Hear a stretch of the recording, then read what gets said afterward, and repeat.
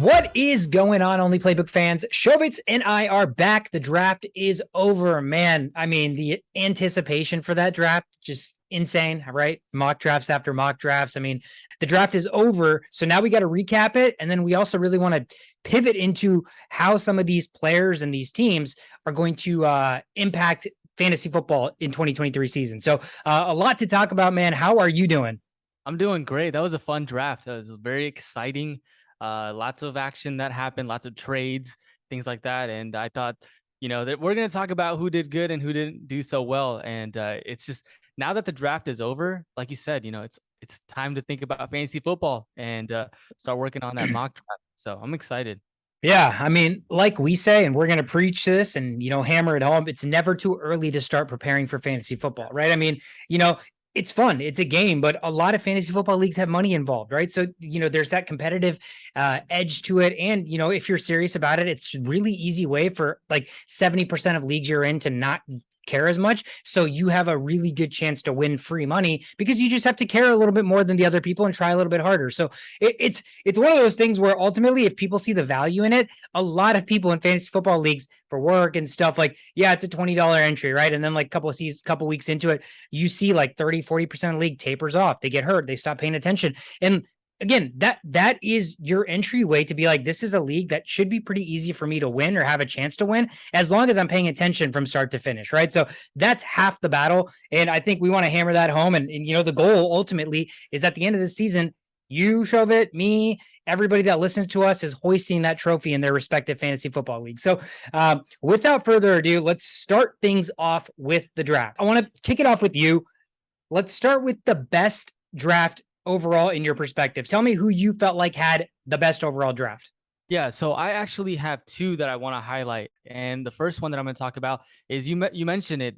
More draft picks gives you more capital, and you have a chance to hit on players that can make your team that much better. And I thought the Seattle Seahawks had just that opportunity, right? So with their first pick, they get the best cornerback on many people's draft board, Devon Witherspoon, and with their second pick, and also in the first round, they get the best receiver. So not only do you get the best cornerback, you also get the best receiver in Jackson Smith-Njigba. To be able to get those players and start day one, like Tariq Woolen and Devon Witherspoon, that cornerback duo is going to be explosive. Like, it's gonna be tough to throw against. And then you have these three receivers: DK Metcalf, Lockett, and now Jackson Smith-Njigba. So that's just already like, A+ for being able to do that. I thought they didn't address their defensive tackles issues until the fourth and fifth round, where they get like these big bodies. Cameron Young, Mississippi State in the fourth round, Mike Morris, defensive tackle from Michigan in the fifth round. So these are guys, 295 pounds, 6'3", like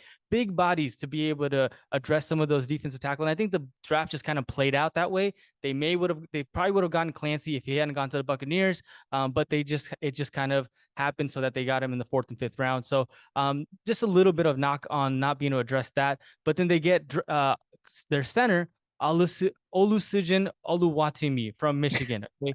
Yeah, dude, this is all these names, man. These names, man, they're making it harder on us every year. I swear. I know.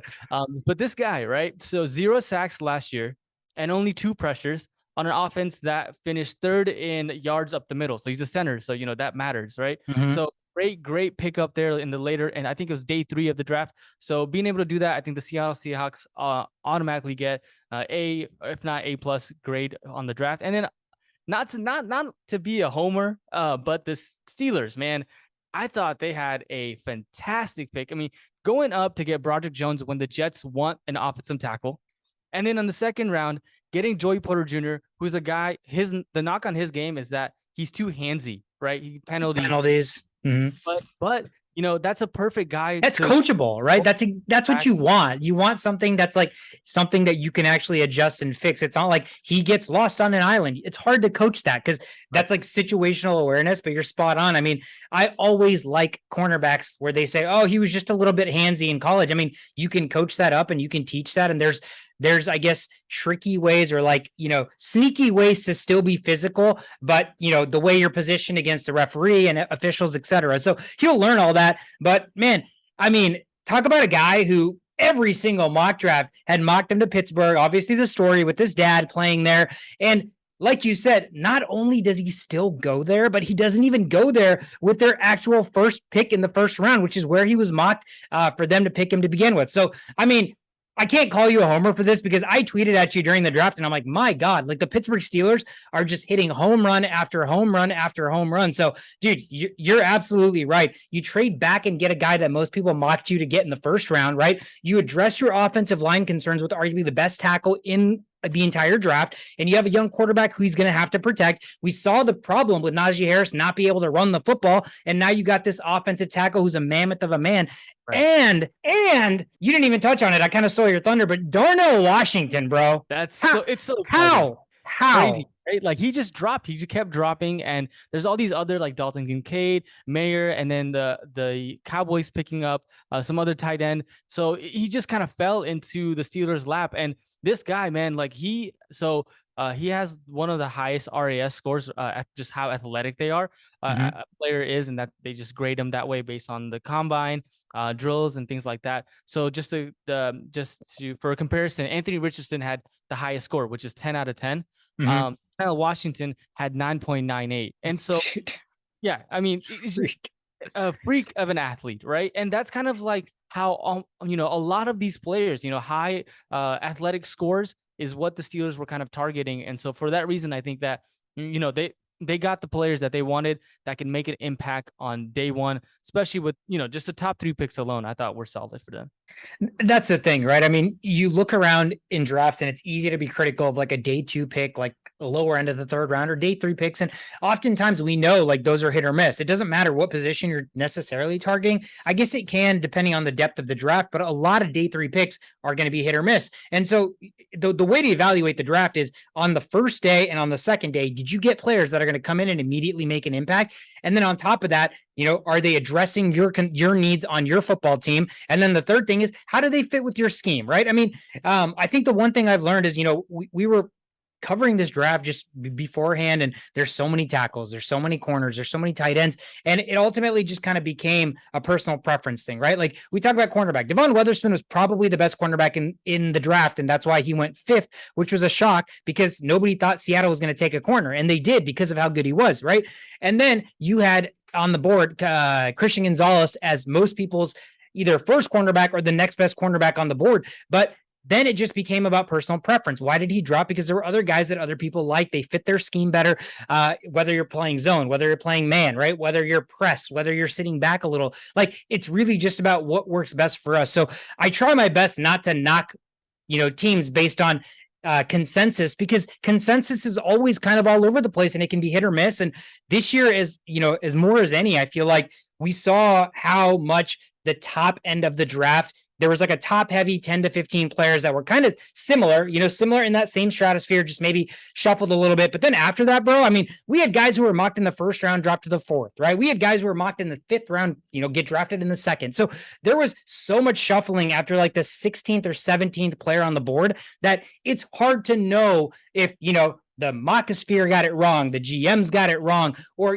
who is actually going to be right. And it's going to be hard to tell. You're going to have to wait 3-4 years to figure that out. But all we can do right now is, judge based on positional need, positional value, like all that stuff. And, at the end of the day, they could have done all those things right, but these players could just flat out suck. So it won't even matter. But like you said, I think the Steelers had an absolute home run. I'm with you on Seattle. I mean, they were in a situation where, we were talking about Seattle's going to, have the 6th overall pick or the 5th overall pick and the Jalen Carter fall, et cetera. Like, is he going to get to them? And like you said, they were like, you know what? We're in a situation where, we like the culture of our team. We could possibly be in a win now window. So what did they do? They addressed one of their shittiest, like their defense was awful last year, right? And you're in a league where everybody wants to draft one cornerback and then they just assume like their defense is fixed. But a lot of defenses will, you need 2 cornerbacks. You need 3 cornerbacks now in the NFL. So I don't knock them for taking Witherspoon, just knowing how good he is. So now you address your defense in a really, really big way.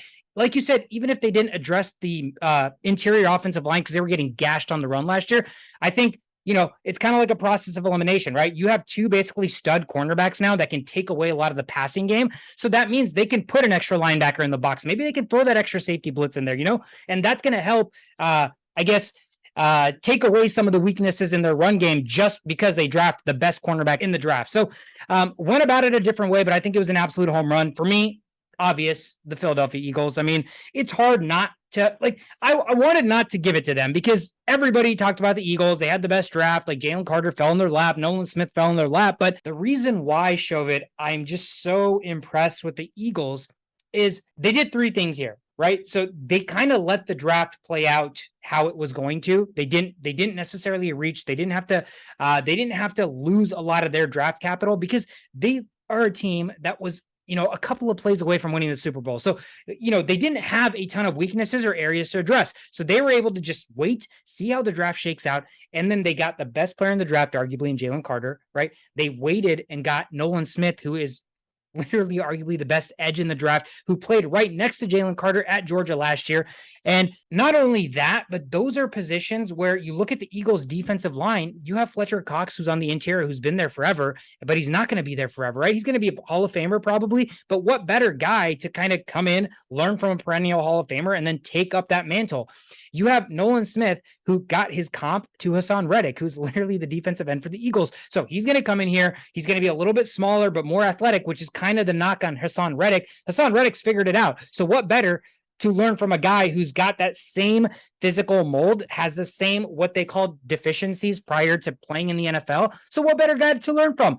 And then not only that, but I think what's interesting about them is they drafted these players that have weaknesses, that have problems, but the way they kind of, I guess, threw that out the window is we talked about the Georgia defense. Last year, they took Jordan Davis. Last year, they took Nakobe Dean. Nakobe Dean was the leader of that entire Georgia defense, right? So if you're going to take more Georgia players, you're going to put them together with friends that they played together with, leaders of the football team. Like, who was corralling that entire defense that had Jalen Carter, Keely Ringo, Jordan Davis? It was Nakobe Dean, and Nakobe Dean wasn't even like the best defensive player on that Georgia defense. So I just think Howie Roseman hit an absolute home run because if you're going to bring in Jalen Carter, what better place than a place where he already has three teammates from his championship team, right? What better place than a leader like Fletcher Cox, who is one of the best defensive tackles of all time? So like it couldn't have worked out better, in my opinion, for the Philadelphia Eagles. So it's really hard not to say they won the draft. I mean,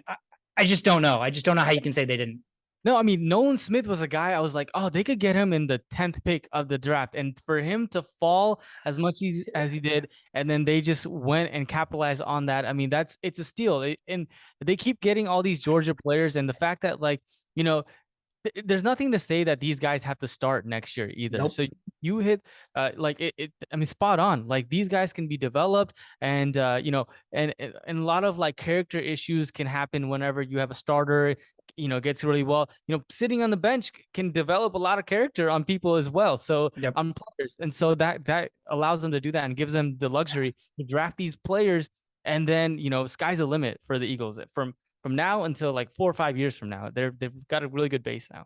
And that's the thing, like it's not every day that you have a team that made the Super Bowl the year before, but now is in a situation where they've set themselves up for not just next year, not the year after that. They've already locked up their quarterback of the future. They already have insane weapons around that quarterback of the future. And now this defense is like, my one fear was Fletcher Cox is getting old. Brandon Graham is getting old. Like eventually that line, the trenches that the Philadelphia Eagles are just so like known for, those guys are going to be gone. So like, how are they going to replace all of that? And, they drafted Cam Jurgens last year, who's supposed to be like Jason Kelsey's replacement, right? They've drafted Jordan Davis, who's supposed to be potentially Fletcher Cox's replacement. Now they have Jalen Carter, who could be both.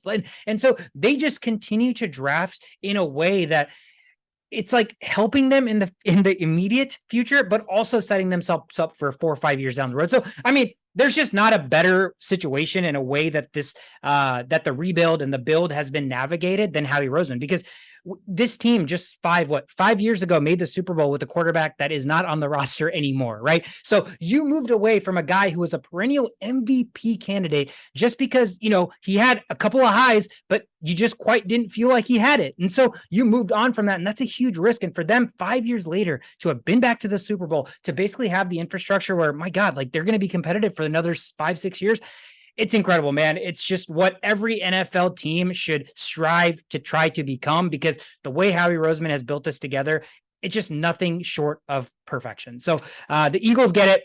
by far and away the best draft to me. The other team, Shove it, I want to real quickly hit on the Cardinals. I think I really, really like the way the Cardinals played the board.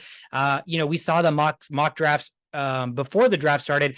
A lot of steam for Arizona to all of a sudden take Paris Johnson at 3, right? When we saw that, were they going to take a quarterback? Were they going to trade down? It was an optimal trade down spot. And so the mock had them taking Paris Johnson at 3. Well, they still got Paris Johnson, but they actually traded down to 12, and then they traded back up to 6. So they played this game, but it doesn't even matter. All of that, ultimately, what ends up happening, like the end result is you have yourself situated next year to possibly have the number 1 overall pick in your own draft. And then because Houston, you traded with Houston, who was so desperate to get Will Anderson there at the 3rd spot, you now potentially will have Houston's first round pick, and Houston is not supposed to be good. Like, yes, they're getting better, but that is a team that more than likely is going to be bottom 5 again. And Arizona is not going to have Kyler Murray for most of the year. So there's a good chance they're going to be really bad. So you're looking at Arizona, who's situated themselves to be able to take maybe the 1st and the 2nd overall pick next year, or be in a position where, let's say Kyler comes back, and Kyler is the franchise guy, because there's still a lot of uncertainty despite his immense talent. And so they have a situation where they could pivot off of him, which means he's still going to demand a ton of capital in a trade, or they can keep him and then they can trade the number 1 and number 2 overall pick for quarterback needy teams, bro. Like, you're looking at a team that could literally have 4 first round picks last year or next year to draft around Kyler Murray and still have a franchise quarterback. And you also got your left tackle of the future in Paris Johnson this year. So, I mean, Cliff Kingsbury needed to go, but it's almost like Cliff Kingsbury left, and then the ripple effect has just been positive, because Jonathan Gannon set himself up for a really, really nice rebuild, and it could be a lot quicker than Arizona Cardinals fans would assume. Yep. Yeah, that's exactly what they needed to do, was to accumulate draft picks, and getting the guy that you want in this year's first round draft pick and also next year's first round pick. Man, if they get 1 and 2, that is going to be crazy. Like, at that point, you can do anything you want. Like, that's what I'm saying, bro. Get rid of Kyler Murray. It doesn't. I was talking about the speculation season this year where the Bears were in a position where they could have pivoted off Fields. And yeah, it's a little bit early on Fields, but dude, like, I don't know why you wouldn't maybe pivot off of Kyler Murray, just because he's been in the league for 2-3 years. He's been hurt. And I think it's pretty known in the NFL like stratosphere, like the contract situation with Kyler, right? Where they had to put that in his clause where you need to practice. Like, there's already character issues for that guy. And so a team that, Jonathan Gannon comes in, and it's not like Kyler was his player. This was all Cliff Kingsbury. So Gannon could come in here and sell Kyler up, prop him up, build this offense around Kyler to make him look incredible, whenever he comes back. Hopefully he comes back this year and plays some games, because then that props up his value. And then he can be like, you know what? Peace, dude. I'm unloading you, because you're going to be in your 4th year, which means he's going to be a year away. Wait, did he already get his extension actually? Kyler Murray did get his extension. Kyler Murray, he's already gotten his extension. So, it's a financial situation where if they don't think the return is worth how much they paid him, they're just in such an advantageous position to pivot off if they want to, because there are 2 quarterbacks next year that have already been talked about as potential franchise quarterbacks. So it'll be interesting to see Shovit. It's awesome to see these NFL teams orchestrate rebuilds and orchestrate ways to do this, like in such a like a beautiful way, right? Like, we talked about Howie Roseman. We talked like the way the Arizona Cardinals maneuvered this draft, played out their future, incredible. It's like the exact opposite of what the Rams did, where they mortgaged their entire future to win a Super Bowl. Now, granted, franchises and teams would gladly do what the Rams did. Gladly. They won the Super Bowl. I'm a Vikings fan. Trade the fucking farm to win a Super Bowl, right? I don't care. But like, there's a beauty in this game, and the way Roseman, the way the Cardinals, like the way some of these teams maneuver the draft, man, I'm just so giddy. Like, it makes me so excited to see and the potential and the future of these teams. It's just, it's awesome, man. It's awesome. I feel like a kid at a candy store. I don't know. I don't know. I love like playing Madden on off-season mode, because then you do all this kind of stuff. Yes. That the GM's doing, but it's always fun. So seeing this like live, in real life, it's really cool. The tools that they have to be able to bounce their team back. Yep, absolutely. All right, so we gushed over all the teams, or some of the teams that had amazing drafts. Let's hit on some of the teams that had not so great drafts. And so I will start us off. So my not so great draft, which may not be a popular take, and it sucks because I love CJ Stroud. He's my favorite quarterback. He's one of my favorite players in this draft. If you've been following us, you know how much I've been hyping him up. But For the Houston Texans to trade back up to the third spot to take Will Anderson, I have my reservations just because Will Anderson could end up being the best defensive edge in the NFL, right? But all we can do is project like the type of player he was in college, and that's probably what he's going to be in the pros. Like you're not going to have a guy is an insanely dominant edge, and then all of a sudden he comes into the NFL and they use him as like a three technique, right? So like what he's done in college, oftentimes they're going to try to maximize that or make him do that even better because that's how he excelled, and that's why he became the third overall player. But Will Anderson's tape is not that of like a Bosa. It's not that of a Chase Young. Like he plays the same position, but he's not that physically dominant. It's not like a guy that you can just be like, hey, we're going to throw you on the end and you just get to the quarterback. It's different. He's a little bit different. It's almost like the next tier. I'm trying to think of another edge that I could compare him to, but it's just, to me, it's not like a TJ Watt, or it's not like a guy that's basically just going to change the entire game like a Nick Bosa, right? But he's very, very good.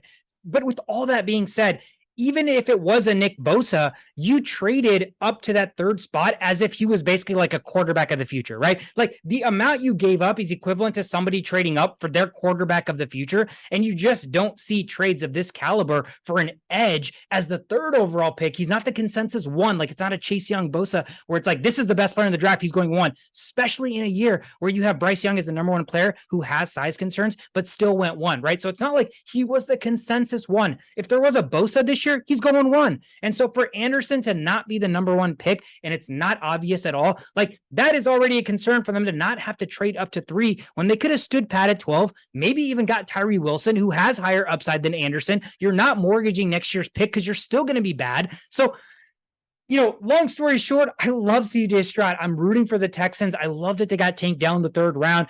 And Will Anderson's probably going to be a really good player, and he's going to help their football team. I just think what they gave up to get him might not look like it was worth it in a couple of years.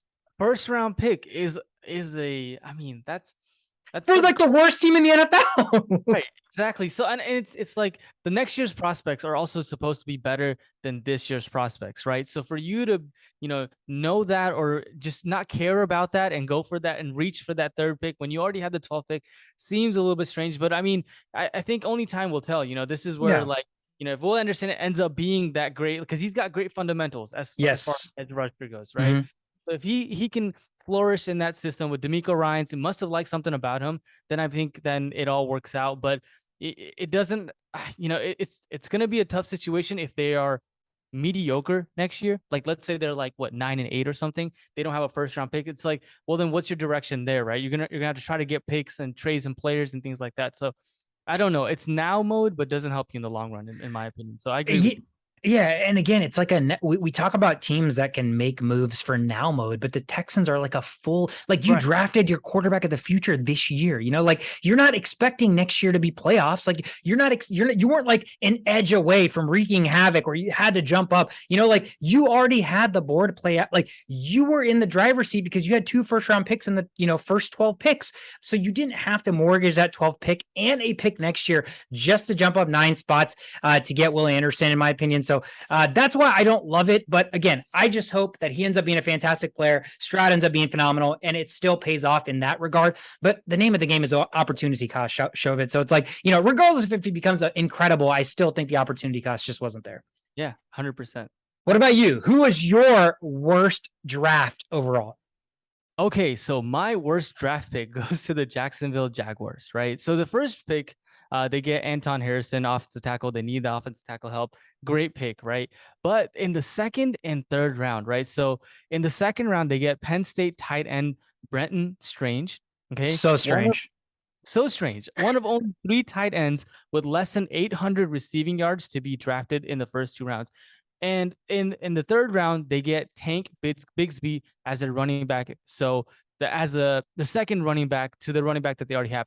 My problem with this is you already have players that are tight ends. You have a number 1 tight end. You have a number 1 running back already on your team. And last year, you traded away Robinson for a 5th and 6th round pick, right? Only to get another running back in the third round. Like, what was the point of that trade if you're going to go get they're like, Robinson is good. Like, he was a decent player. Went to the Jets, got hurt, I believe. So he probably didn't have, a great second half. But oh no, he's got the skills. Like we've seen how explosive he can be and how good he can be for the team. So for not addressing your kind of what you need for a team, and maybe they're just thinking like we're a good team, like we're all right, like let's just get these picks and just as a security like safety net or something like that. And I didn't think that Penn State tight end Brenton Strange is a pick like Darnell Washington, where you're like excited about two tight ends. This is a guy that hasn't promised anything.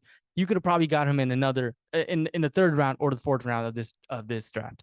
Yep. No, I mean, this is a really good one because you're right. And if we rewind back to kind of the way the Jaguars have gone about like who they are as a team right now, we gave them, flack for the way they spent that insane amount of money they had, right? Because Yeah. it was like, it's almost like they overpaid for a bunch of like average to maybe slightly above average free agents when, they could have maybe allocated more money to more premier free agents and signed less of them that could have made more of an impact to the position that they needed. So I'm with you there. I'm still like, we have a guy like Trevor Lawrence, who's the quarterback of the future for this franchise, right? And I guess, they brought in Calvin Ridley, so maybe he's going to come in and play the one. You obviously have Christian Kirk. You have those other role players.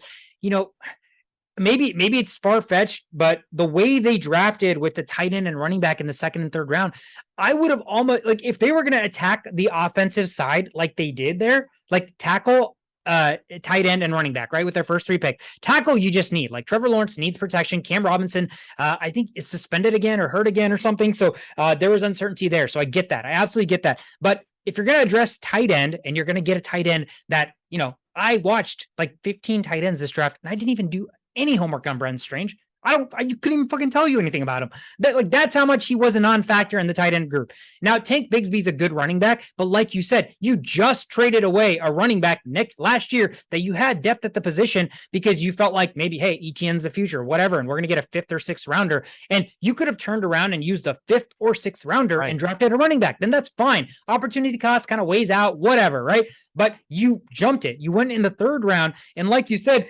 Tank Bigsby and Brenton Strange, I would argue those guys would have been there in the fourth round, like both of them, like maybe even the fifth round. And so I'm upset because I still feel like the Jaguars owe it to Lawrence to like, I don't know, go trade for Hopkins, like get a number one receiver, like stop, like you're running around with a ragtag bunch of receivers that could all be average to above average, but you have a quarterback that's supposed to be your quarterback of the future, dude. Like you have DeAndre Hopkins, who's a free agent, like who's just sitting out there waiting for someone to trade for him. Like that's been in the rumor mill, even though he came out and was like, oh, y'all thought I was getting traded. Like I'm just here to practice. Like we knew you were getting traded. The whole world knew. That's why he had to even address it, right? So like there are opportunities out there to go find that one guy that's going to change everything. Like imagine Hopkins now all of a sudden next to Ridley. Now you have Kirk in the slot. Now you have Evan Ingram. Like all of a sudden that offense looks insane, but nobody is fearful about this offense that just drafted Brenton Strange to sit behind Evan Ingram. Like, I just don't get it. So you're right. I think they had a lot of ways they could have gone about this. Like,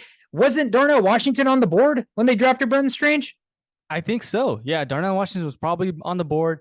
A lot of tight ends are in the top 10 of like, as far as statistics, they were on the board, but they Jaguars must have seen something that they liked. The only other two tight ends that have gone this high with the less than 800 receiving yards is Cole Kmet and Drew Sample. And so, Cole Both Kmet, who are shitty. Cole Kmet has his flashes, but Drew Sample definitely does not. So, No. it was definitely a reach. And we talk about opportunity cost kind of, that's what this is all about. You're trying to get the best at that pick. Lot like what we do in fantasy draft. And I don't know why this was the direction of the Jaguars. So yeah, I just think they didn't have a great as a draft as some of the other teams. Yeah, that is disappointing, man. Especially because again, you could have even just drafted I wouldn't have even hated drafted a receiver in the second or third round. Like even if you have 4 or 5, like you're not excellent at the position. Like it's not an excellent position for you. Yeah, Ridley's, one whole year that he's kind of been sitting out. Mm-hmm. He could fairly do well this year, but he's still has lots to prove. And so does Christian Kirk. So yeah, I don't know. They did take Parker Washington, wide receiver out of Penn State in the 5th round. So I don't know what their affinity for Penn State playmakers is, but they went Strange the tight end in the 2nd, Parker Washington in the 5th. So a Penn State team that probably doesn't even throw the football more than they run the football. I don't know what the hell you were thinking, Jacksonville. So hopefully I'm just stupid and wrong about that whole thing. All right, moving on. My favorite pick of the draft, my favorite single pick of the draft. The Detroit Lions made some questionable picks in the first round, right? Jahmyr Gibbs at 12. Obviously, everybody's talked about it. It's questionable. Opportunity cost. He could be a phenomenal football player, but a running back at 12, especially in a draft where, we already talked about where Bijan is going to go, and Bijan went at 8, right? So maybe that was the fear, is the first running back went off the board a little bit earlier than expected. There are rumblings that the Jets, I believe, were in on Gibbs. I was watching a lot of Viking stuff, and they said the Vikings really like Gibbs too. So I think Gibbs probably would have gotten earlier than most people expected, right? That's why I think the Lions traded up for him. So that's fine. Like, opportunity cost, not great. And then they got the Jack Campbell at 18, who's a linebacker. Again, not a premier position. But somehow, because of all that, with the 45th overall pick, Brian Branch, the safety / hybrid nickel cornerback from Alabama, fell all the way to them. And somebody needs to come out with like medicals or something and tell me why Brian Branch fell to 45. Because to be completely honest with you, Shovit, I talked about it earlier, like teams line up 2 cornerbacks, right? And now, like, the premier position for receivers where they're going to have the most advantage against the defense is where? It's in the fucking slot. So nickel cornerbacks are as prevalent and as important as they've ever been in the NFL. They've ever been. Cooper Kupp, well, how does he get mismatches so much? He lines up in the slot, so you need a nickel quarterback to stop that. Justin Jefferson's doing the same damn thing and breaking all kinds of records. So, like, this NFL shift is going to be, they need somebody who is in the nickel that can actually cover the best player. The Dolphins traded for Jalen Ramsey, and Jalen Ramsey can basically play everywhere, right? So I think they're going to have Ramsey play the nickel, which is insane. So that's why I absolutely love this pick for the Lions, because I thought Brian Branch was going to go in like the top 15 of the draft. I thought, and maybe it's because he's a safety and they don't value it, or maybe it's because he's a safety / nickel corner and they're saying he can't play outside, so they're devaluing his ability to make an impact. But man, as a team that had little to no weaknesses, like the Detroit Lions, right? They were just looking to plug in positions that they needed. That's why they got running back, even though they had Swift, but they traded Swift. So whatever, all is forgiven. They signed Montgomery, but Montgomery's like just there. He's not flashy. He's not exciting. So obviously more people are excited about Gibbs, and they needed a linebacker. Jack Campbell was the best linebacker. I know you maybe could have waited, but maybe you couldn't have, right? So I don't want to fault them for addressing positions they needed. Whatever. It wasn't the greatest positional value, but I think where they hit the home run, and if you just flipped it to where they drafted Branch at 12 and, Gibbs at 45, you would have been like, this is great. So I think for them to get Brian Branch at 45, who again can play nickel, and you're in a division with Justin Jefferson, right? And he's lining up in the nickel. So it's really, really important that these teams are finding nickel cornerbacks. Brian Branch is going to be phenomenal. He's going to be able to blitz. He's going to be able to sack the quarterback. He's going to be able to cover the nickel. He's going to be able to play 3 deep if they need 3 safeties. He can do it all. I don't know why he dropped at 45, maybe positional value, but I think that was by far my favorite pick of the draft. They got an absolute steal. Yeah, no, 100%. He's a first round prospect. Like, he was going to go a lot of mock drafts. I think Buccaneers were in play to get him. With like I forget what pick they had. 19th. 19th pick. And so, yeah, to get him 45th overall, solid pick. I think probably one of the better picks given all of the reaches that they had. I thought the Gibbs one, man, I don't know. It's like if you wanted a running back, you could have gotten Bijan Robinson as 6.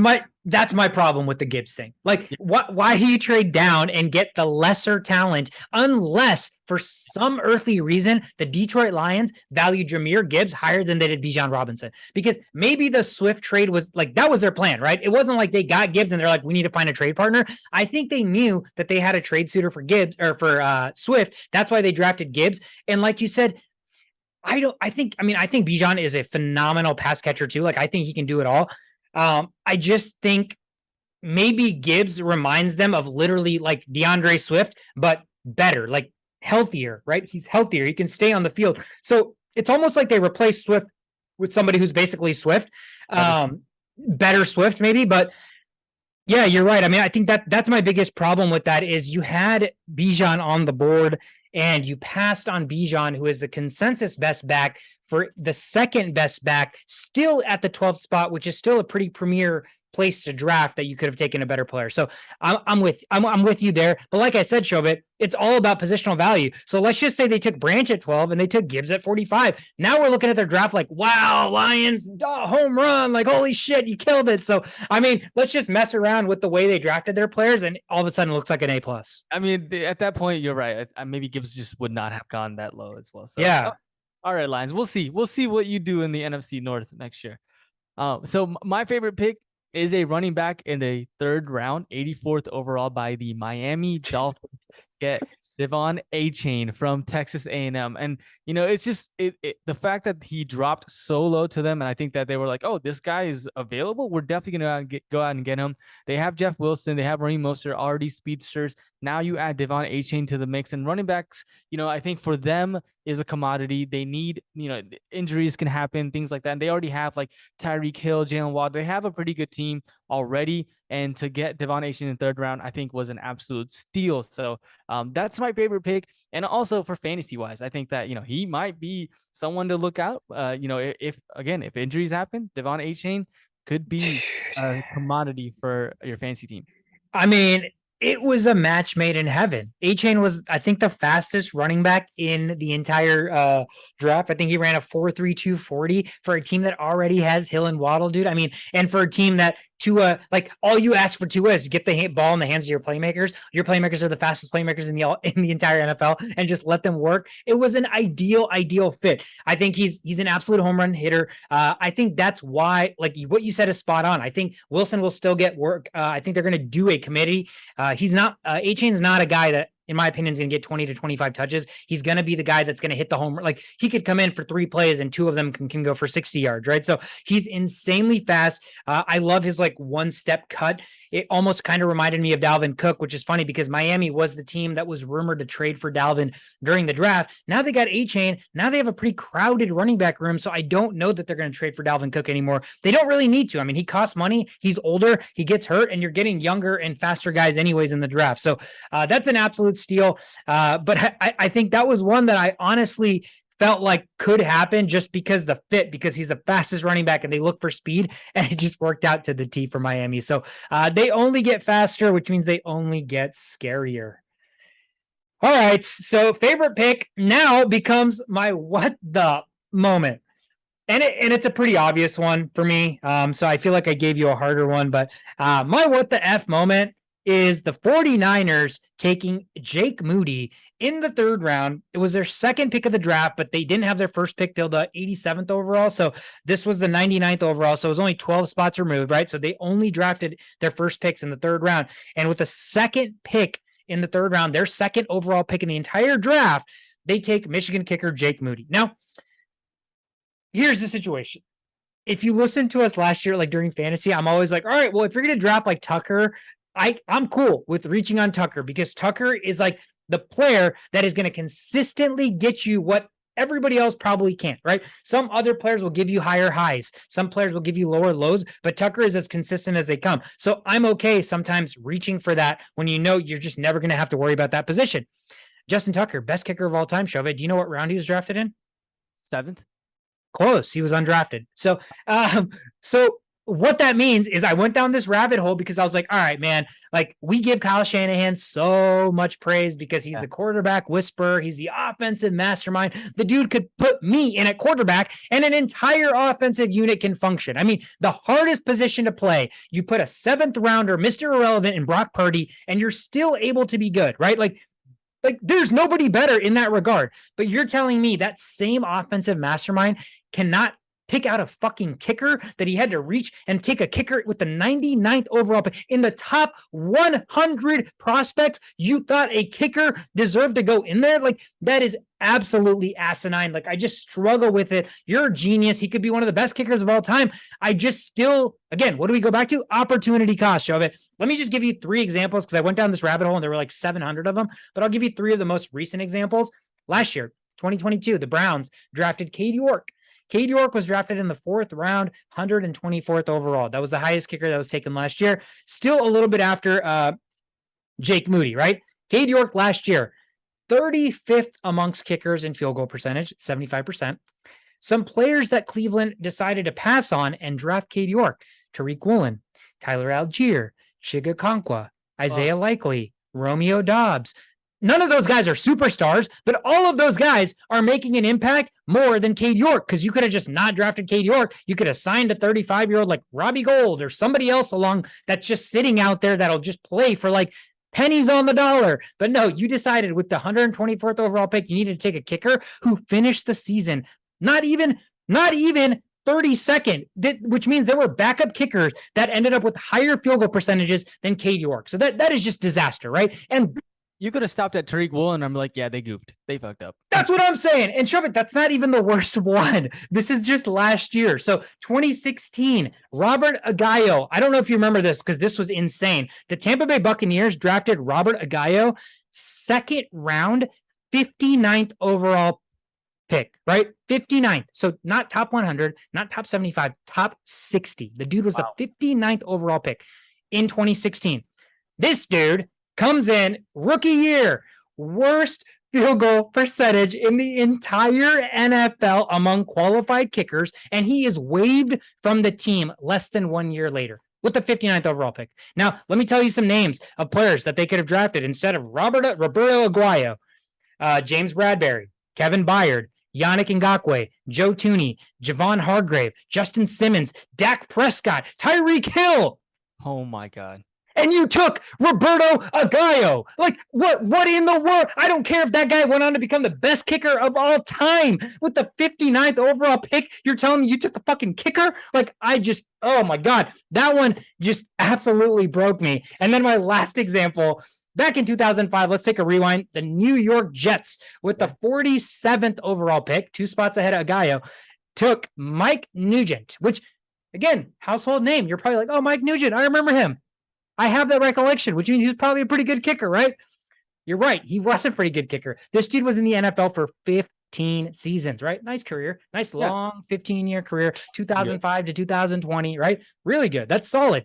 This dude made 0 Pro Bowls. This dude had 0 All-Pros. This dude has the 25th most made kicks as a rookie that year in 2005, right? Some guys that they just passed up on that they could have taken, and they decided to take Mike Nugent, Vincent Jackson, Frank Gore, Justin Tuck, Richie Incognito, Darren Sproles, Ryan Fitzpatrick. Like, there's so many. You took him 47th overall. So now we got from top 100 to top 75 to top 60. They took this mofo in the top 50 players in the draft as a kicker, Shovit, as a kicker. So, like, it's never worked out. All of the history says it just does not work out. The history tells you the best kickers are undrafted or, kickers that you find just off the street. And here's the thing about kickers. You could hit a home run on a kicker draft, right? Just absolute home run. The Vikings drafted Blair Walsh, and his rookie year, he broke the record for most 50-yarders made. And you think, holy shit, I hit a home run on this kicker. The very next year, he was one of the worst kickers in the league, right? The lifespan and expectancy for kickers, because so much of the game is mental, is so short that I don't care if the dude made 6,000 kicks in college. If he misses his first kick in the NFL, he could be a bust. So it just does not make sense to reach for a kicker.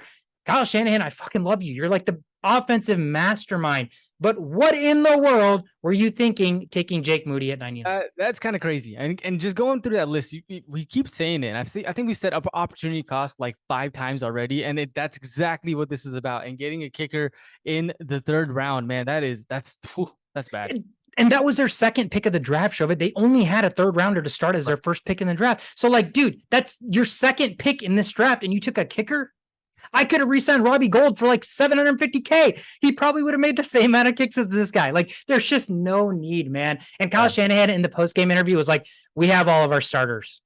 I'm like, dude, get the F out of here. So, yeah, that's the worst pick for me. That's my what the F moment. Honestly, Shovit, what was your what the F moment? So when I was looking at what the F moments, and I was like, do I do this as my worst pick, or like I just don't know how to feel about it? And that's kind of how I feel about this one. Very similar to your kicker. The fact that they went kicker, San Francisco 49ers went kicker in the 3rd round.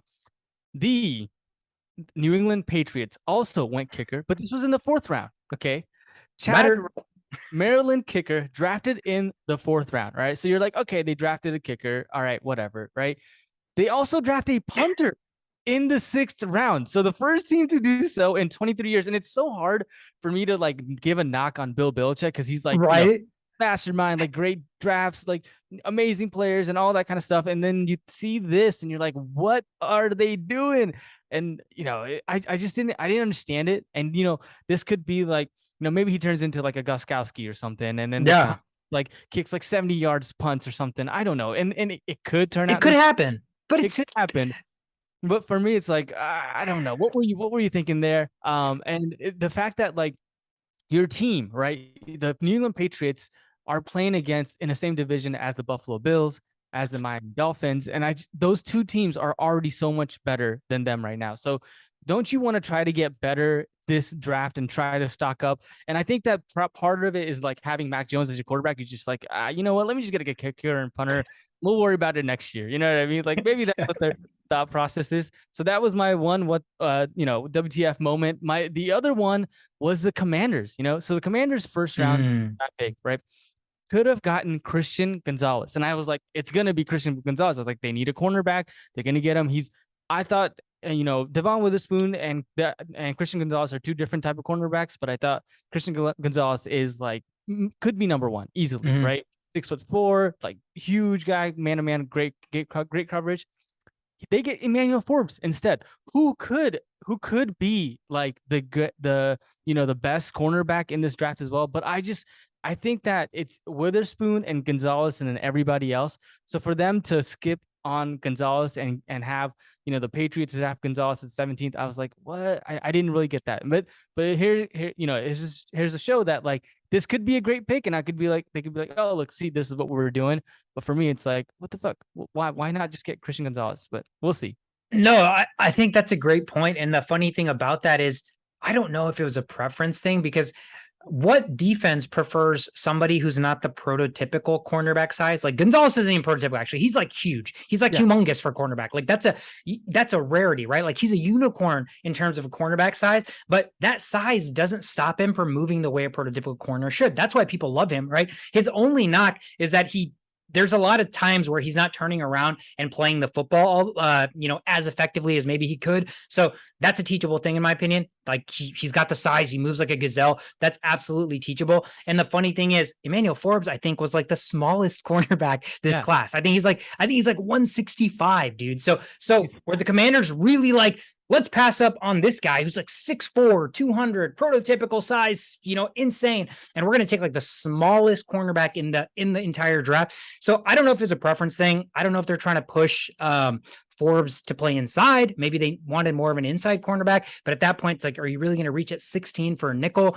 So you're right. That is a questionable thing, but it goes back to the conversation I was having earlier. Maybe it's just like a flavor thing. Maybe they were like, you know what? We are looking in our defense for this type of scheme fit, and we think Forbes plays that to the T. And like you said, we could look back and be absolutely wrong. But yes, right now, I'm in agreement with you. And I'm in agreement with you with a lot of these teams that continue to pass up on Christian Gonzalez when we were watching the draft, because there were so many that needed a corner. And I'm like, all right, so he's going to have to go here, right? All right, so he's going to have to go here, right? And he just kept getting passed on, even when the Steelers traded up and we're like, oh shit, Pittsburgh's trading up for Gonzalez. Nope, they didn't. So there's a lot of teams that pass on him, which means maybe the Mocosphere and the Twitter world and all that, maybe there's something that we saw or we overlooked that the NFL scouts and NFL teams did not like as much. So time will tell, but that is a WTF moment, because again, we went into this draft thinking Gonzalez was going to go like 7 or potentially could go even before Witherspoon. And for him to be taken after a guy like Emmanuel Forbes, definitely questionable. In their defense, I did really like the Gonzalez pick. I did really, really like the Keon White pick. They took him in the second round, and he was a guy that was a draft invitee. So I think there were people that thought he could go in the first round. So at that point, that's a steal. But like you said, beyond that, man, I mean, for you to be the team that takes a kicker and a punter in the same fucking draft, like, dude, you couldn't even separate that between two drafts. Like, I don't know. But then, like you said, it's Bill Belichick. It's like the only coach that you can't be like, I'm going to knock him, because watch, he's going to turn around and this team is going to be like 0 offense, run the football 40 times. But because our kicker can hit 60-yarders and our punter can punt it inside the 5 every time, we win football games. And then Belichick will be like, take that, Mocosphere. So, I mean, it would not surprise me whatsoever. Bill Belichick just hasn't been the same since Tom Brady's been gone. Yeah. I mean, let's stop giving him credit. Let's stop giving Bill Belichick credit and start realizing that it was Tom Brady all along. All right, so that's enough about the draft from that standpoint. What I want to pivot to, Shobit, and what's really prevalent and important and kind of the way this show and the only playbook and kind of what we're all about is fantasy football. So there are some guys, obviously, that got drafted at premier positions that are going to have an impact to fantasy football. I want to hit on some of them. We're not going to be able to hit on all of them, but that's really ultimately what our content moving forward is going to be about, is a lot of these draft players and how they're going to have fantasy football impact, where they should possibly be drafted, things like that. I mean, we're going to be very, very active on Twitter and Instagram and TikTok. So social media is going to be crazy. Follow us on TikTok if you don't already, at The Only Playbook. But for the sake of this episode, I have about 4 or 5 guys that I want to really touch on, and kind of what their fantasy outlook can look like, potentially where they should be drafted. Definitely want you to give me your perspective, and then I know you have a couple of guys that you want to hit on as well. But we want to keep some secret for TikTok and for everybody that decides to follow us on our journey in other avenues. So, couple of guys I want to hit on, right? I mean, these are going to be guys that obviously you want us to talk about. So no stranger to the name, first quarterback. I'm not going to talk about Bryce Young. I'm not going to talk about CJ Stroud. I want to talk about Anthony Richardson, who went 4th overall to the Indianapolis Colts. Now, all of his fantasy outlook is going to hinge on if he actually becomes a starter week 1 or not, right? So it's all going to depend on if he becomes a starter. But the way I'm viewing Anthony Richardson is he has a very, very sweet fantasy football floor. And that is simply because he runs the football insanely well. He's strong, he's huge, and he's fast. And he's coming into an offense that just 2 years ago had the best running back in football. So I think if this team can develop Richardson in year 1 as just like hey, we're going to build an offense kind of like what Fields showed in the second half of last year, similar to kind of how they tried to build an offense for Lamar Jackson. If they cater this to Anthony Richardson, I mean, the guy could throw for less than 2,000 yards this year, shove it, and he could have 1,000 rushing yards and 10 touchdowns. And that already makes him a pretty interesting fantasy quarterback. So because of that reason and that reason alone, I personally will be taking a swing at Anthony Richardson in the late rounds. You may have to reach for him just because other people will have very, very similar thought process to this. But it's, again, all going to be hinging on if he's actually going to be a starter, maybe not a full-fledged starter, but as the offseason, as training camp progresses, let's see if, Colts are coming out saying, hey, we're building an offense for him. We have plays designed for Richardson specifically. We want to maximize him in the red zone. Like, those are things you want to hear in fantasy football, right? Because that means touchdowns, that means touches. So that's why Anthony Richardson is, to me, the most intriguing quarterback from a fantasy perspective heading into this season. Yeah, no, 100%. I think that he's not going to, you already have like the top echelon of quarterbacks that are going to get drafted in fantasy draft before him. So once all of those are gone, like the, Jalen Hurts, the Burrows, the Patrick Mahomes, the Herberts, those are all gone. And you're looking at your situation and you're like, you know what? I might just, reach and get Anthony Richardson because of the fact that he can run the ball, kind of like what Justin Fields was last year. Because Justin Fields is a lot higher and you might not get that value as you want. So Anthony Richardson, man, like, just another Lamar Jackson type of player on in the rounds. Man, that's, I love that. I would definitely get that. If I get that in, I don't know, man, 13th, 14th. Oh, absolutely. Right? And like you said, kind of how you played the Field situation, because you drafted Fields last year, right? Yeah. Who was your other quarterback that you drafted? Oh, Tom Brady. Tom Brady. Okay. No. So, I mean, whatever. Hindsight's 2020, but the strategy made sense, right? You're taking a gamble on a guy that has tremendous upside in Fields. And man, that dude carried you second half of the season, took you to the playoffs, right? So, that's similar exactly to what Richardson can do. And it could be a world where you're going to have to draft 2 quarterbacks.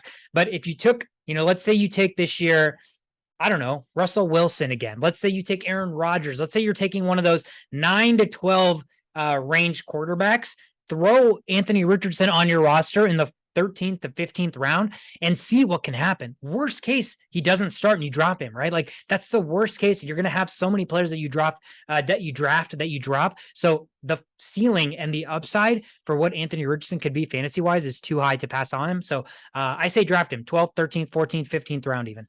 Yeah, I mean, and this is all going to dictate based off of, preseason. Like CJ Stroud could definitely be that guy for you as well. Like if he is able to run out of the pocket and be mobile like he was in that Georgia game, that's what it translates. Then CJ Stroud could be that guy, and you don't have to, wait on Anthony Richardson, because if Gardner Minshew starts, then it won't be until like maybe week 6 before they're like, okay, let's get this guy in. So yeah, I mean, there's a lot of options, I feel like, this year with the quarterback situation.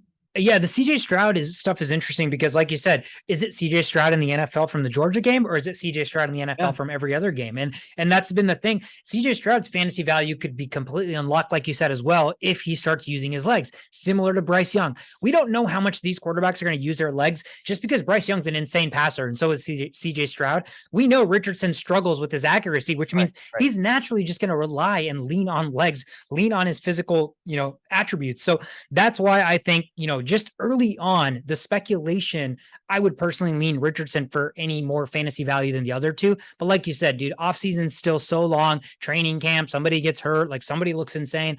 There's a lot of things that could change this. So he's the first guy on my board. Shove it. I'll kick it to you because I don't want to just talk about all five of my guys. Who do you want to talk about? Oh, I've got some other guys too. So I'll talk about Jonathan Mingo, wide receiver Ooh. for the Panthers. The reason I love this guy is so they had DJ Moore and he's no longer there.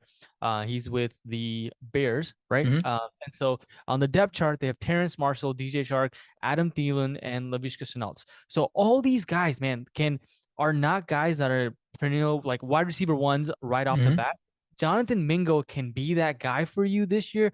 And it all depends on obviously Bryce Young and how, he develops in his first year. But if he's something, then Jonathan Mingo could be the wide receiver one for Panthers. And that could be a late steal, 15th, 16th round kind of guy that you can go out and get.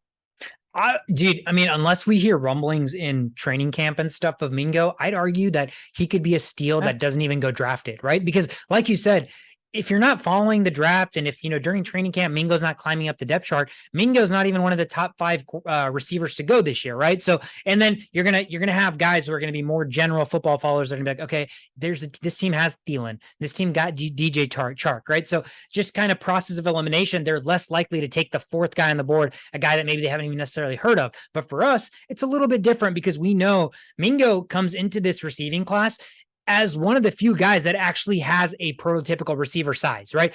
It's an undersized class. We talked about it outside of Quentin Johnston. So Mingo is one of the guys that has the stature, that has the physicality, that even has, above average speed. It's just he played at Ole Miss where they didn't utilize him enough. It's almost like, to me, he reminds me a little bit about when Pickens came out last year, where there's just not enough opportunities for Pickens for a tape to be developed for you to be wowed because there's limitations, limited amount of opportunities that he got, right? Similar to Mingo. And so that's why you're spot on. Mingo's one of the few draft receivers that got drafted that comes into a situation and has the opportunity to win the number one spot, like you said. And that automatically is going to make him viable fantasy receiver just because he's going to be the guy that gets the volume. And Yep. if we think Bryce Young is going to be Bryce Young, which means he's going to be at least an average to above average quarterback, in my opinion, that means there's going to be stats to go around. I really, really like Mingo.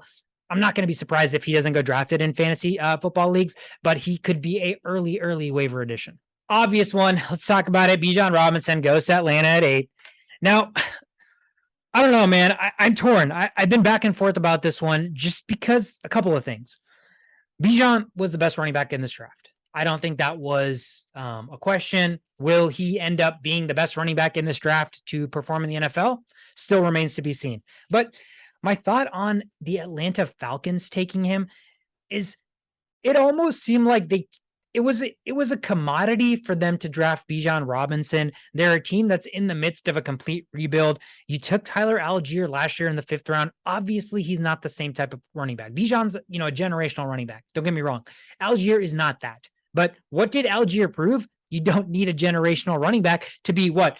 3rd in the NFL in rushing yards per game as a team, 4th in rushing yards per carry, 3rd in total rushing yards, 1st in total carries. Like, that was all with a 5th round draft pick in Tyler Algier, a wide receiver converted running back in Cordero Patterson, and a backup quarterback at best who is basically a rookie in Desmond Ridder, right? So an offense that had no threat at the quarterback position, that had a 5th round running back and a receiver turned running back, was able to muster up the 3rd rushing offense overall in the entire NFL. What does that tell me? That tells me that they've done a fantastic job building that offensive line because you have a running offense and system behind Arthur Smith that can excel with those guys, with no-namers. Like, that's the dream. That means use that draft capital, use that on premier positions, and your team exponentially gets better. How does your team get exponentially better when you're already 3rd in rushing and you took running back with your first pick. Like, sure, you go third to first. Like, how many wins do you really think going from third to first is going to bring to your football team versus leaving the rushing as it is and taking a player that could have helped you in any other way, right? That was my biggest, like, I just don't know how to feel about this. But let's take all that aside and talk about it from a fantasy perspective. All right. If Arthur Smith uses Bijan Robinson like Arthur Smith used Derrick Henry at Tennessee, you have a guy that every year, as long as he's healthy, is a top 5 overall pick in fantasy football. No ifs, ands, or buts. Bijan's a better pass catcher even than Derrick Henry. So Bijan truly never needs to leave the football field because he's that good. The problem is you took him with your 8th overall pick, which means the return on investment needs to be immense, which means you need to protect him because he's your biggest asset coming into this season that you drafted. You can be selective. You have Tyler Algier. You have Cordero Patterson. You can try to prolong Bijan Robinson and his greatness because you have other guys that are more than capable. Now, this is the part that's really kind of a guessing game show of it. Are they going to be like, we took Bijan 8th, we need to give him 300 carries because we took him 8th? Because I'm Arthur Smith and I ran Derrick Henry to the ground and I'm going to run Bijan Robinson to the ground? Or are they going to be like, what's the goal? The goal is to win football games. How do you win football games? You put your best players on the field. You keep your best players fresh. You utilize your best players. If they can keep Bijan Robinson fresh and healthy by, spelling him with Patterson and Algier, that helps the entirety of the football team. But that freaking blows for us in fantasy. So like, that's where I'm at. I have no idea what to expect because the talent is all there. Like, he should be a top 5 pick if he's used where they drafted him. But the problem is it's already a crowded running back room. Like, are they just going to push Algier and Patterson to the side? I don't know. So for me, when I look at this, like last year, right, there wasn't any rookie running back that you would have drafted in the first round. And then maybe you start in the second round. You get the Jets running back, Brees Hall. Brees Hall, right? He was a guy that could, and I think that where Bijan Robinson might go is going to be late first round or second round pick. If you don't get him in the second round, he's gone. Like I don't think anyone is gonna like wait till the third round to get Bijan Robinson, right? Nope. So for that reason, it's like, do you want to get him in the first round and with knowing that Algier, you're sharing Algier, or do you get him in the second round? I think that once a player gets drafted in the first round, like you got to use him in the red zone. You got to be able to use him in different scenarios that he will get fantasy production from you. And Algier, like, I'm sorry, bro, but like there's a new guy in town. And I think that Robinson is going to be that guy. So like personally, like second round pick, middle round, and I need a running back, Bijan Robinson, it would be a guy that I would get. Now I'm probably not going to go. He's not going to be there. He's not going to be there, dude. I don't think he's going to be. That's my fear. Is I think people are going to draft Bijan to be a 3-down workhorse, but the Atlanta Falcons just don't need to use him that way. I guess that's my only hiccup because you're right. If you can get Bijan in the mid-second round, then he's an absolute steal. Even if there's some sort of a timeshare, just because he's too good, and I think he's going to produce at the level equivalent to a second-round player. But I think if you take, like, let's say you take Bijan top 5, right? Let's say you take Bijan over Josh Jacobs. Let's say you take Bijan over Josh Jacobs and Bijan gets 200 carries, right? Like, he's still getting a shit ton of carries, but you can't justify taking him top 5 when you know there's 2 other running backs on the team that one literally ran for 1,000 yards last year, right? Like this gives me Minnesota Vikings when they drafted Adrian Peterson vibes. They had Chester Taylor the year before that, who ran for over 1,000 yards.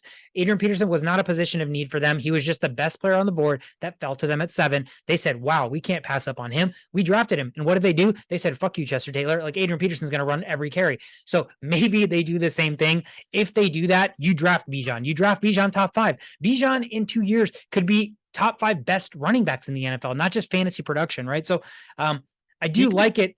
I think Field Yates was talking about Bijan Robinson going number 1 overall. And Did you see I responded to that Twitter? I responded to that tweet. I said no. I literally, I'm going to read you right now. That's so funny you said that. I saw that and I responded immediately. And I said, no, there isn't. And then I Yeah. said, talent wise, sure. But he's being put on a team with two other already capable running backs. Could they run him to the ground? Maybe. Arthur Smith has shown to do that with guys like Derrick Henry. But there are other guys that don't have any competition in their running back group that you'd have to take higher. Like you just have to. You can't take Bijan 1 because you have Patterson and Algier. Even if they touch the football 0 times, like you're stupid for doing that because you don't know that they're touching the football 0 times. Now, if they touch the football 100 times, you're going to be like, I was stupid. I knew this was a crowded backfield, yet I decided to take this running back first overall when there are other running backs that have nobody else touching the football besides them. So, do I think he's talented enough to be a top 5 player? Yes. Do I think he needs to be drafted first overall? Absolutely not. Yeah, I mean, at that point, like, Justin Jefferson, like, he could definitely be number 1 overall, right? Cooper Kupp could be number 1 again. Yeah, he's Cooper back. Kupp. People are forgetting about Cooper Kupp. So yeah, number 1's a little bit of a stretch. I don't know if I would go down that route, but he's definitely like Najee Harris or Robinson. You definitely pick Bijan Robinson. Najee Harris, right? Dalvin Cook or Bijan Robinson. Bijan right? Robinson, yes. Exactly. Bijan. So there's a lot of players that Bijan Robinson already will go higher than guys that would go in the second round potentially. So yeah, I mean, it's just, you're right. It's gonna be hard to draft him, but based on preseason, based on how he looks, I mean, if he looks good, then yeah, that 10th pick of the first round could be Bijan Robinson. We're going to need to be like watching Arthur Smith interviews, like reading between the tea leaves, because I need to know, because if Bijan is going to be Derrick Henry, like it's going to be Bijan and everybody else, unless Bijan dies, like nobody else touching the football, you probably take Bijan number 1. You probably take Bijan number 1. So that'll be interesting. Moving on. Let's go. Who else you got for me? Yeah, I've got so I had Devon Achane, but I feel like that's a little bit murky because of the Raheem Mostert, Jeff Wilson, and Myles Gaskin still on that team, believe it or not. So that whole situation kind of makes it a little bit tough. He's the guy that you kind of monitor, you like look at. He's on probably doesn't get drafted, but he's just some guy that you have as interested. But I do like Jayden Reed, wide receiver from the Green Bay Packers. So they got him in the second round, early top 50. And Jayden Reed, they have Watkins, right? And they not Watson, Christian Watson, and they have Romeo Doubs. But Romeo Doubs is also a guy that you're not really sure what you're gonna get yet. So outside of Watson, Jayden Reed could be that number 2 guy for the Green Bay Packers. And based on what Jordan Love, he just got paid. So they have a little bit of confidence in him. The offense could flow. They could be better than what it was. I mean, even with Aaron Rodgers last year, like that one game with Jordan Love, he looked really good. So Jayden Reed is definitely on my radar, a guy to look at and just kind of follow the offseason to see if like he could be something in that Packers offense. Yeah, it was an interesting pick. I think there were other receivers on my board personally that I would have taken over him. But we know with Green Bay, either they don't like to draft receivers or they like to draft receivers that have a lot of questionable, questions about them. That's what Watson had last year. Like he came from North Dakota State, smaller school, like doesn't have reliable hands. Is he just a vertical go threat? Now, he ended up putting together a nice season, but I'm still not looking back and being like Christian Watson's a superstar receiver in the NFL. Like he still has so many limitations. So I do like them attacking receiver with the second round pick. I just thought that there were way better receivers on the board than Jayden Reed personally. But I mean, shit, I don't know. Maybe Green Bay sees something in him. Jordan Love needs weapons. It's not the same situation where, the number 1 receiver on Green Bay is an automatic fantasy football, starter because it's not Aaron Rodgers. We don't know what the hell Jordan Love's going to be. So the Packers as a whole are a team to monitor coming into this season. Their running game, like what's that going to look like from a fantasy perspective? Like the Green Bay Packers to me are as questionable as ever. Yeah, no, I mean, but so were the Seattle Seahawks till last year, right? And then the DK and Lockett happened, and I was like, Seahawks, I'm not drafting anyone from the Seahawks. And then their whole running back situation was great. Rashad Penny was good when he was there, and so when he started before he got hurt, right? And Kenneth Walker. I don't want to go down that route when the Packers could be something just based off that. I know it's that one game. It's really that one game that I saw last year. But I mean, still something to kind of monitor. Yeah, absolutely. A couple guys I want to hit on real quick, and then we'll get out of here. Detroit, obviously, Jahmyr Gibbs, like he got drafted 12th overall. They traded away DeAndre Swift. Just the only situation there is that you have Montgomery, and like let's look back at Montgomery with the Bears. He Yeah. just would not go away. Like it was like, we want to see Herbert get the chances. We want to see Herbert unleashed. And they're like, nope, there's a guy named Montgomery that's just so stable. He's just like this, he just won't go away. He's kind of like a cockroach. They can't get rid of him. And they paid Montgomery, like Montgomery got paid higher than all other running backs this free agency. So like you paid him enough money to warrant him being your number one running back. And then you went out and drafted a running back 12th overall. So like there's a reason people are questioning what the hell Detroit's doing, but the talent is something that I'm not personally questioning. I think Jahmyr Gibbs is extremely talented. He looks like Alvin Kamara 2.0. He runs routes better than most receivers I've watched. It's insane how good routes he runs. So if he's nothing, if they just use Montgomery out of the backfield, Gibbs could line up in the slot and just run slot routes like a slot receiver and still be fantastic. Now, I don't know that they're going to do that. I don't know what their vision and plans are for this running back duo, but what I do know is Jahmyr Gibbs' fantasy value has to be limited because David Montgomery got signed. Like you're not going to pay David Montgomery what you paid him for him to not play. And that's the other thing. Gibbs is not big. So my fear with a player like this is the touchdowns opportunities may not be there. If they hadn't signed Montgomery and it was like Gibbs and Swift, I'd be like, okay, like your guess is as good as mine who's going to get those red zone touches. But knowing that they have Montgomery and Gibbs is a smaller running back, my fear is that he doesn't get the red zone touches. So that's my fear. My talent, the fear from talent perspective is absolutely not there. He could have running back 2 upside because of his pass catching capabilities, right? So if he's a guy that plays limited touches, but like Swift last year, who was splitting time with Williams, Swift could have 5 catches a game and still put up double-digit fantasy points. That's almost identical to what I expect from Jahmyr Gibbs. I just think touchdowns are going to be few for him unless I am just misreading how explosive he can be in the NFL. So that's my biggest fear. Touchdowns may not come. Yeah, Montgomery, but I think everything else, if they unleash him as a pass catcher, sky's the limit for him. And Montgomery must have done some dirty things against the Lions or something for them to pay him that much. Like they've got I don't get it. I don't know why. Did they just pay him so that he could come and they could just he could give him all the bear secrets? Like, was he worth $4 million a year just for bear secrets? I forget what he got paid, but it was just yeah. So that's the part that makes fantasy murky for Jahmyr Gibbs. If there was no Montgomery, my God, Jahmyr Gibbs, 1st round draft pick. For sure. What do you got? All right, so I'm just gonna go through all the rest of the guys that I have. So Dalton Kincaid, tight end, Buffalo Bills. I think that's gonna be a guy that you want to kind of look into that can make a fancy impact this year. Sam Laporta, also tight end, Detroit Lions. They traded away Hawkinson, and so Detroit Lions definitely, and especially with Jameson Williams being suspended for like 6 games or so, I think that Sam Laporta definitely has a chance. The caveat with this is like rookie tight ends typically don't have great fantasy years year 1, but with so many options in rookie tight end world, Michael Mayer, tight end of Las Vegas Raiders, there's out of all those guys, I really like Dalton Kincaid. Obviously, he's the number 1 tight end. But just some guys you want to kind of have on your radar as that could be something on these offenses with the Bills, Lions, and the Raiders. Yeah, I love Kincaid for the Bills. I know, it's like everyone's like, oh, Dawson Knox is there. They're kind of similar, blah, blah, blah. But like Kincaid is basically a slot receiver, right? So you can line up Dawson Knox as a tight end and you could still line up Kincaid. They could play the same plays. So I am not scared at all. And I think Kincaid's going to be an insane offensive weapon across the middle for Josh Allen. So I love that.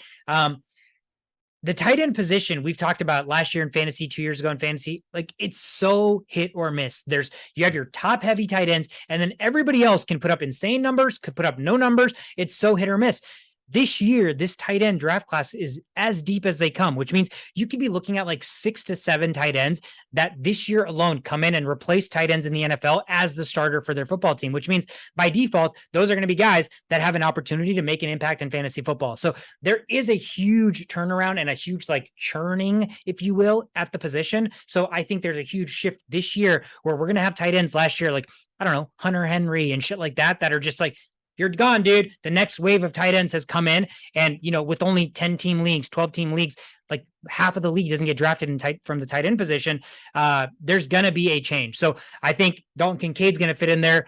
I still like Laporta because the way they use Hawkinson, the way they drafted Hawkinson, valuing him as a first round talent because they want to use their tight end that way. They got Laporta in the second. They took him over Mayer, but I think they're going to try to use him in a similar way. And like you said, no Williams for the first 6 games. So they're going to need to throw the football somewhere. So I do like that. Mayer for Vegas makes a lot of sense. Jimmy G loves his tight ends. Darren Waller's gone. Like, Jimmy G's in a new situation. He's going to try to find somebody reliable. And you have Devontae Adams as the best receiver in football. He's going to take away a lot of defensive assignments. So a lot of, again, the tight end position, I think is going to be a fascinating one this year. When we do our tight end rankings, I'd be very interested to see if, how many tight ends get like shifted out of the top 10 and you have all these influx of rookies coming in, because typically most positions don't do that. But I have a strong feeling the tight end position this year, we'll see that. 2 receivers, Shove It, I want to hit on, and then let's just hurry up and end this thing because I feel like I've been talking for 6 hours. Jordan Addison, Minnesota Vikings, obviously my team. The reason I like him is you're replacing Adam Thielen. Adam Thielen had 100 targets last year and like 70 catches. That's a pretty viable fantasy football player, right? He could come in and be a pretty solid flex. Addison's younger. Addison is quicker. Addison is coming into a situation where the best receiver in football is across from him, only getting better still. And you have TJ Hawkinson for a full year when we only had him for half the season. So you could argue Jordan Addison, who a lot of people had as the best receiver in the class, is coming into a situation in an offense where he's already third fiddle, which means there's absolutely no pressure. He's going to get most of the one-on-ones because what situation are you going to find where he's double team and JJ is one-on-one? Very rare, right? So if JJ is taking all the double teams, Addison just needs to win one-on-one. And his biggest skill set and his biggest strength is his fluidness running routes. So I'm telling you, man, there's a guy that has, outside of Bijan Robinson, if there's a guy that I could, is on the cusp of potential rookie of the year talks offensively, it's Jordan Addison, just because we're going to throw the football. We're absolutely going to throw the football. And I think he's got a chance to have close to 1,000 yards and 10 touchdowns. It's just the way the offense is set up. So I love Jordan Addison there. I think he could be a solid flex option. I think he is going to get drafted. I think he'll at least get drafted in, 13th to 15th round, I'd argue. But he's a guy that I'm looking at. And then Quentin Johnston for the Chargers. There's other receivers. JSN, tough. You're the third receiver in an already pretty crowded room. So to make fantasy impact to be worth starting in your fantasy leagues, that's going to be tough for him. Zay Flowers, similar situation. I just think you have Bateman, you have Andrews, you have Odell Beckham. So for him to stand out and be like, you have to start this guy, it's going to be tough for me. But Quentin Johnston, the reason why Quentin Johnston's the other receiver I want to talk about, Shove It, is the Chargers. Their receivers get hurt all the damn time, right? Keenan Allen, you probably cannot guarantee that guy's going to play a full season. Mike Williams every year misses 4 to 5 games probably. So by default, Quentin Johnston comes into a situation where he's not the number 1 receiver, but if he stays healthy, his opportunity is going to be through the roof. And he is a guy that is so unique in the sense that if he puts it all together, like if he is able to utilize the size that he has and like actually plays to that size, he's going to be the best receiver in this class. We talked about all the other receivers. They were smaller, they were shorter, they were quicker. Johnson has the size and the speed. He just doesn't use his size to high point the football. And it's not like his route tree's complete to where, you can basically make him do everything. So that's the fear. But if he puts it all together, and even if he doesn't, even if he's just a deep threat with Justin Herbert, with Mike Williams, with Keenan Allen, like the sky's the limit for that guy. And that plays into why personally, and we'll talk more about this as fantasy season unwinds, Justin Herbert to me, gonna have a major bounce back season, man. Major bounce back season. So those are the 2 receivers that I think are gonna have the biggest impact in fantasy. Do you have any thoughts on any of that? No, I mean, I think Jordan Addison, man, I think that guy is going to be special. I think the fact that he can, his route running abilities and like you said, being on one-on-one, I think, man, like the Vikings have something special there. Like look at AJ Brown and Devontae Smith kind of deal, right? They both get their share when it comes to fantasy and getting targets. And I think that the Vikings are in the same position with, Addison and God, why can't I remember names when I'm supposed. Wow. It happens, man. I'm just going to wait for you to remember it. I'm not even going to tell you. The best receiver in football. The best receiver in football is it's just not coming. It's not happening. Justin Jefferson is the Justin best receiver in football. Senior Hefe was on my fantasy team, but like when it comes down to it, I just, anyways. But yeah, I think you guys are in that same kind of situation. AJ Brown, Devontae Smith, JJ, and now Addison. So I'd be excited if I was a Vikings, Dude, fan. it's JJ and JA, man. I hope I'm wrong. Like the whole draft process, Addison was not the highest guy on my board from a receiver standpoint. But I think again, the more I look back on it, the more I think it's because when I'm watching film, I'm always waiting for somebody to blow me away or like make something stand out to where I'm like, wow, like I just noticed that. And sometimes you're going to have players who are just very good at everything, but it's not like they're so fast. It's not like they're so quick twitch. It's not like they're mossing somebody, right? But they're doing everything well. And again, that's what I go back to. And I think that's why Jordan Addison's tape didn't stand out to me. He does everything well. It's just he's not the fastest. He's not the biggest. He's not jumping over somebody, So again, if he was coming into the Vikings to be the number one receiver, I'd be like, I have my questions. But you're only coming to the Minnesota Vikings to be like, hey, you just have to try to get open opposing Justin Jefferson. Like, there's not a situation in football that a receiver is coming in that's better than this. There just isn't. Yeah, I mean, he was supposed to be the number 2 after JSN, right? So being able to capitalize and get him, after all these other guys got picked up by the Chargers and by the Baltimore Ravens, I think that's exciting stuff. And I think Quentin Johnson, man, if Keenan Allen and Mike Williams get hurt, and he's the number 1 receiver for the Chargers, and you got him late round, oh my goodness, like I would salivate over that. I hate to, wish injury upon anyone, but I'm just talking about inevitable and what could happen. You don't even need to wish it. It's inevitable. Like we said, those guys, Allen gets hurt every year, so you don't have to wish it. It's going to happen. Mike Williams probably will get hurt. But man, I was just about to say something. Yeah, like I think the reason these two receivers are being talked about is like you said, they're both in a situation where you're like fully healthy squad. Both of these guys are asked to come in and be wide receiver 3. Like, when are you taking a first round receiver that's coming in asked to be wide receiver 3? Yeah. I mean, that's the luxury that these teams have. But given that, the Baltimore Ravens situation that you mentioned, I would not draft any receiver from the Baltimore Ravens personally. Like, I just feel like there's still the Lamar Jackson and that their running offense, outside of Mark Andrews, I mean, he's a tight end. I don't see myself getting any Baltimore Ravens receivers. So yeah, I agree. If I was going to get a rookie receiver, it would be from Minnesota, Chargers, maybe Seattle. Yep. Absolutely, man. That is it. That's all I got. God, the draft was so long. It was like 2 months worth. So it only makes sense that we have to talk about it for an hour and a half. I feel like I could talk about it longer, but I mean, a lot of changes in the NFL show of it. I think, we talked about it. It's just the NFC is pretty damn wide open. And that's why I think as a Vikings fan, like even in a year where I don't have a ton of confidence in our roster as a whole, I'm still optimistic because again, outside of the Eagles and the 49ers, maybe the Cowboys. Yeah. Give me another threat in the NFC. Like, give me another surefire NFC threat. Maybe Seattle. I feel like the Rams are going to have a comeback year this year. I think the Rams are going to be better than they were last year, which isn't saying much. But as far as contenders in the for the Super Bowl, yeah, I mean, I think that's it. Like the NFC South as a whole, that entire division is bad. Like they're not scary at all, right? So that entire division's wiped out. The Cowboys are good, Eagles are good, Giants don't scare me, Commanders don't scare me. The Packers don't have Aaron Rodgers. The Bears are still rebuilding.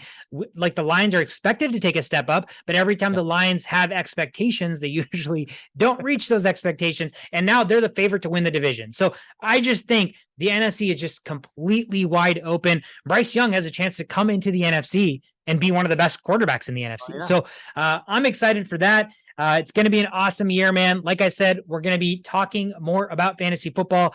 Follow us on TikTok at The Only Playbook. That's where we are going to be incredibly active with fantasy football. Obviously, if you're watching on YouTube, listen to us on any podcast platform that you get. Make sure you hit the like button and subscribe button. It helps spread the word about this season. And again, I have a lot of aspirations for The Only Playbook in 2023, Showbit. So sky's the limit for this podcast. Thank you guys so much for tuning in to another episode. We will be back next week, I believe. I don't know, actually. What do we have on our schedule for next week? I don't think we have anything, but we've got some TikToks and videos that we're going to be putting out, ADP stuff and things like that. So look out for all of the fantasy insights. Absolutely. I'm Sweet Card. That's Shove It. We're the only playbook. Have a fantastic evening. Take care.